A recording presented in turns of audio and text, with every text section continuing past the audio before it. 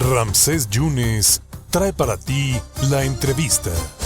Se está hablando que los ministros de la Suprema Corte, por lo menos 7, estarían presentando su renuncia de la Suprema Corte de Justicia de la Nación. Antes van a discutir y declarar parcialmente inválida la reforma judicial. Esta renuncia sería en verano, o sea, en agosto, y en breve van a debatir y votar si es imparcialmente inconstitucional la reforma judicial.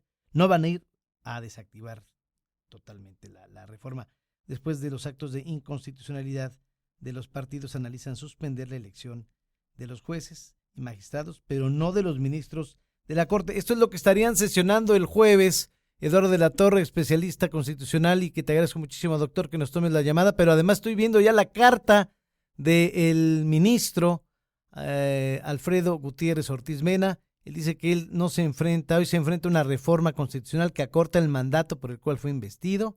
Si me presentan dos opciones, que es la de someterme a un proceso de elección popular o presentar mi renuncia, no me considero un candidato adecuado para un cargo que dependa del apoyo popular. ¿Cómo estás viendo lo que van a debatir el jueves estos ministros que también ya están presentando sus renuncias? Eduardo, ¿qué está pasando? ¿Vamos a tener una crisis constitucional? Dicen que esto es un activismo político por parte de los ministros. Te dejo hablar a ti, que tú eres el experto. Gracias, mi querido Ramsés, un gusto saludarte. Mira, de la lectura del proyecto de sentencia del ministro González Alcántara, hay un punto de arranque que me parece considerable. Dicen que la reforma judicial es una reforma electoral, donde les doy toda la razón, y allí, por supuesto, una vez que se ubica que es una reforma electoral, pues estarían violando la propia Constitución en el artículo 105, fracción segunda, que establece que solo se pueden hacer reformas electorales 90 días antes de un proceso electoral. El segundo punto que me parece importantísimo también es lo que acabas de decir, la elección de ministros, magistrados del Tribunal de Disciplina, magistrados electorales de la Sala Superior, y esto acota muy bien la reforma porque serían de 11 a 9 ministros, serían 7 magistrados de la Sala Superior. Se reduce el número de elección. Creo que ahí le conceden al partido en el gobierno una parte de su reforma y, por supuesto, rechazan tajantemente elegir a los magistrados de circuito y a los jueces de distrito, que eso me parece muy pertinente porque se alteraría. Primero, no hay una jurisdicción electoral para elegir magistrados porque las jurisdicciones del Poder Judicial son distintas a las de una elección federal o local electoral. ¿Qué avala? Pues las medidas de austeridad, la extinción de fideicomisos, el Tribunal de Disciplina, un órgano de administración y los plazos para resolver sentencias, que eso sí urgía hacer ese tipo de reforma. ¿Y qué invalida, mi querido amigo? La remoción masiva de jueces y magistrados. Esto era una aberración. El recorte salarial para los jueces y los magistrados, le quitan el carácter inquisitorial al Tribunal de Disciplina, le quitan facultades amplias, también la inatacabilidad de las sentencias del Tribunal de Disciplina, el régimen aplicable para los poderes judiciales locales, no habría elección para jueces y magistrados locales, la prohibición de suspender las normas generales en el juicio de amparo y, lo más importante, los jueces sin rostro.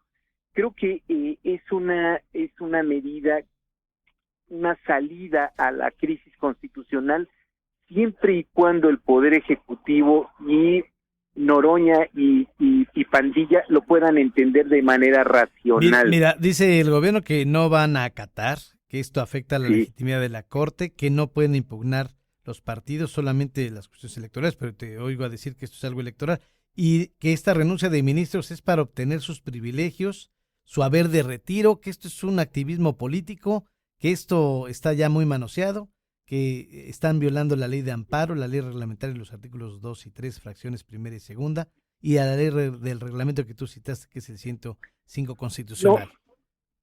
Mira, yo creo que les falta estudiar mucho derecho constitucional. Hay un asunto como lo tiene la ley fundamental alemana o lo que para nosotros puede ser la Constitución. Hay cláusulas pétreas. ¿Qué significa esto, mi querido Ramsés?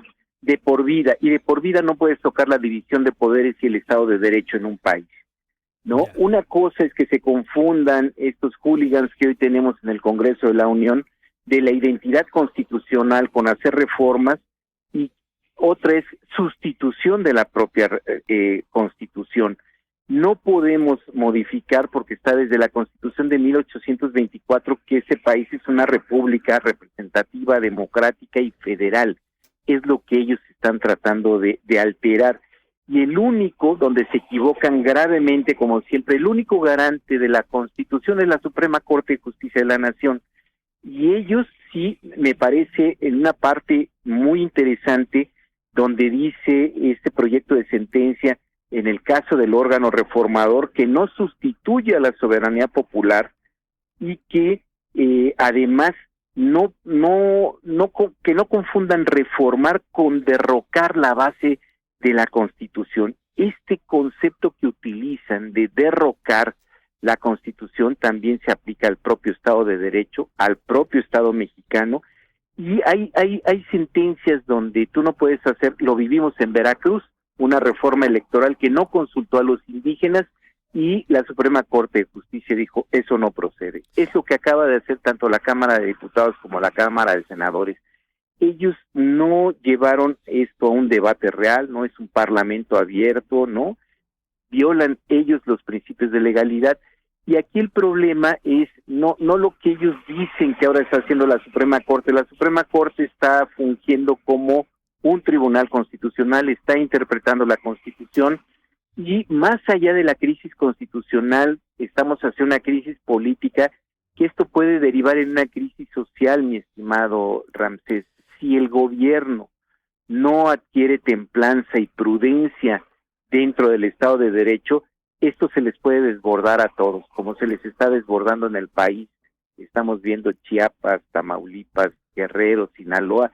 Pues ahora este tema, lamentablemente, como dice Luis Villoro, el pueblo apareció en 1810, después en 1910, no lo tuvimos en 2010, pero este gobierno puede hacer un grave error, que en el 2025 se nos aparezca otra vez ese pueblo que no lo va a poder controlar nadie, ni el gobierno ni la propia sociedad. Doctor, me tengo que ir a una pausa, te agradezco muchísimo, nada más dime sí o no, si se aprobara esto con los 8 votos, esta iniciativa se va a aprobar, pero no habrá una crisis constitucional ahí.